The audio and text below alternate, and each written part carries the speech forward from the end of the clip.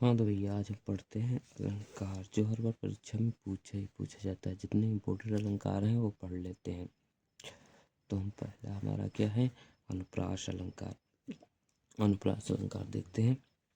लक्षण लक्षण लिखो या परिभाषा लिखो, बात एक ही होती है। उसमें पेपर में हर बार लक्षण लिख के आता है, तो हम इसलिए यहाँ पर लक्षण लिखे हैं।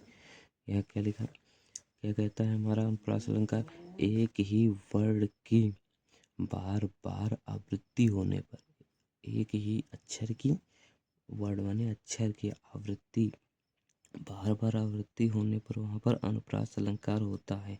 वर्ड माने अक्षर, एक ही अक्षर की बार बार, एक ही अक्षर जब बार बार आता है तो वहाँ पर हमारा अनुप्रास अलंकार होता है। जैसे कि इसमें देख सकते हैं, रा यहाँ भी आया है, रघुपति राजा रघुपति राघव राजा राम, पतित पावन सीताराम। देखिए यार, रा यहाँ भी आया है, रघुपति में राघव में भी रा आया है, इसमें भी रा आया है। वर्ड पूछ रहा, वर्ड एक ही वर्ड की बार बार आवृत्ति, बार बार आने पर, एक ही वर्ड बार बार आने पर वहाँ पर अनुप्रास अलंकार करता है। यहाँ भी रा है, यहाँ भी रा है, यहाँ भी रा है, यहाँ भी रा है, यहाँ भी पाया, यहाँ भी पाया। तो यहाँ पर कौन सा अलंकार है हमारा, अनुप्रास अलंकार हो गया। ये हमारा उदाहरण हो गया, ठीक है। तो अब देखते हैं दूसरा। हमारा दूसरा क्या है, हमारा यमक अलंकार है। दूसरा हमारा यमक अलंकार। इसके लक्षण देख लेते हैं। लक्षण या परिभाषा बात एक ही है। यमक अलंकार क्या कह रहा है हमारा यमक अलंकार, जब एक ही शब्द दो या दो से अधिक बार आता है और भिन्न भिन्न अर्थों में प्रयुक्त होता है तो वहाँ पर यमक अलंकार होता है। मतलब कि जब एक ही शब्द दो या दो से अधिक बार, शब्द एक से एक या दो से अधिक बार आता है और भिन्न भिन्न अर्थों में और अनेक अर्थों में प्रयुक्त हो जाता है तो वहाँ पर हमारा यमक अलंकार होता है। जैसा कि आप उदाहरण में देख सकते हैं, देखिए उदाहरण में क्या, अगर कनक कनक ते 100 गुनी मद खाता अधिकाय, यह खाए बहुराय नर पाए बहुराय। मतलब कि कनक कनक, एक कनक का अर्थ होता है सोना और दूसरे कनक का अर्थ होता है धतूर। अगर इसको कोई सोना कोई पा जाता है, वो फिर भी इंसान हुआ बहुरा जाता है। मतलब समझ सकते हैं, बहुरा जाता है। और दूसरा कनक,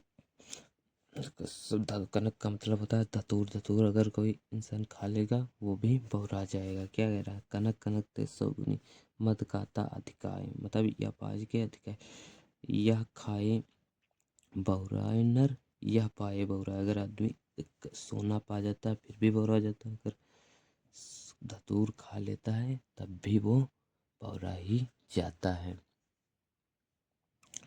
इसलिए क्या कह रहा है, जब एक ही शब्द दो या दो से अधिक बार आता है और भिन्न भिन्न अर्थों में प्रयुक्त होता है तो वहाँ पर यमक अलंकार होता है। एक बार ये आया कनक, एक बार ये आया, लेकिन अर्थ इसके अलग अलग हैं। तो यहाँ पर कौन सा अलंकार है, यमक अलंकार। एक का अर्थ है सोना, दूसरे का अर्थ है धतूरा, ठीक है। नेक्स्ट हमारा है शैलेश अलंकार। शैलेश अलंकार, इसके लक्षण है परिभाषा एक ही चीज है। हम शैलेश अलंकार देख लेते हैं। जब एक ही शब्द एक ही बार प्रयुक्त होता हो किंतु उसके दो या दो से अधिक अर्थ होते हैं वहाँ पर शैलेश अलंकार होता है। जब एक ही शब्द, मतलब एक ही शब्द एक ही बार प्रयुक्त हो किंतु उसके दो या दो से अधिक अर्थ होते हैं तब वहाँ पर शैलेश अलंकार होता है। मतलब एक शब्द एक बार प्रयुक्त हो, उसे अर्थ अलग अलग हों, उसके अर्थ अनेक हों। जैसे सुबरन को खोजत फिरत कभी व्यभिचारी चोर। सुबरन माने सोना भी होता है, सुंदर शब्द भी होते हैं। सुबरन को खोजत फिरत कभी व्यभिचारी चोर, सोना को खोजते, सुंदर शब्द को कभी खोजते फिरते हैं और सोने को चोर खोजते हैं। तो इसके अलग अलग अर्थ हैं। सुबरन के दो अर्थ है ना, एक अर्थ है सोना, दूसरा अर्थ है सुंदर शब्द।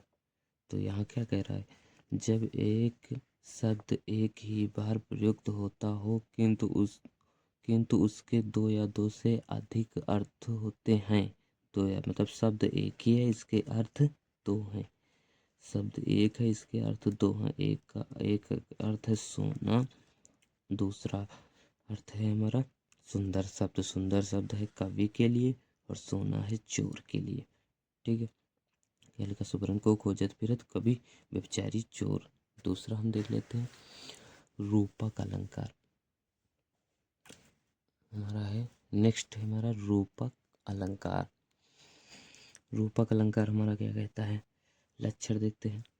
लक्षण है परिभाषा एक ही चीज है, जहाँ उपमेय में उपमान का निषेध रहित आरोप हो वहां पर रूपक अलंकार होता है।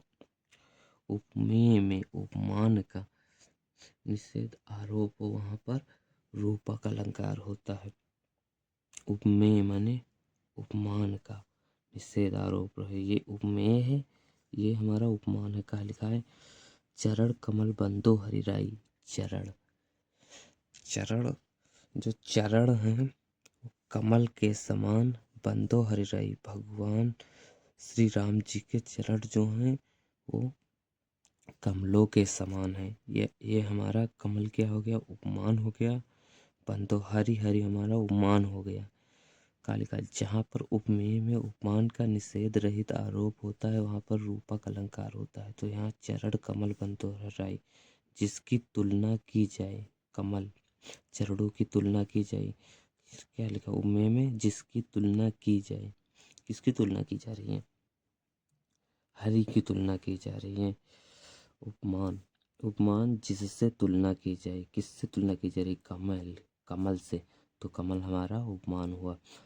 कमल की तुलना हम किससे की जा रही है, श्री राम जी हरि से की जा रही है, हरि के चरणों से की जा रही है। ठीक है।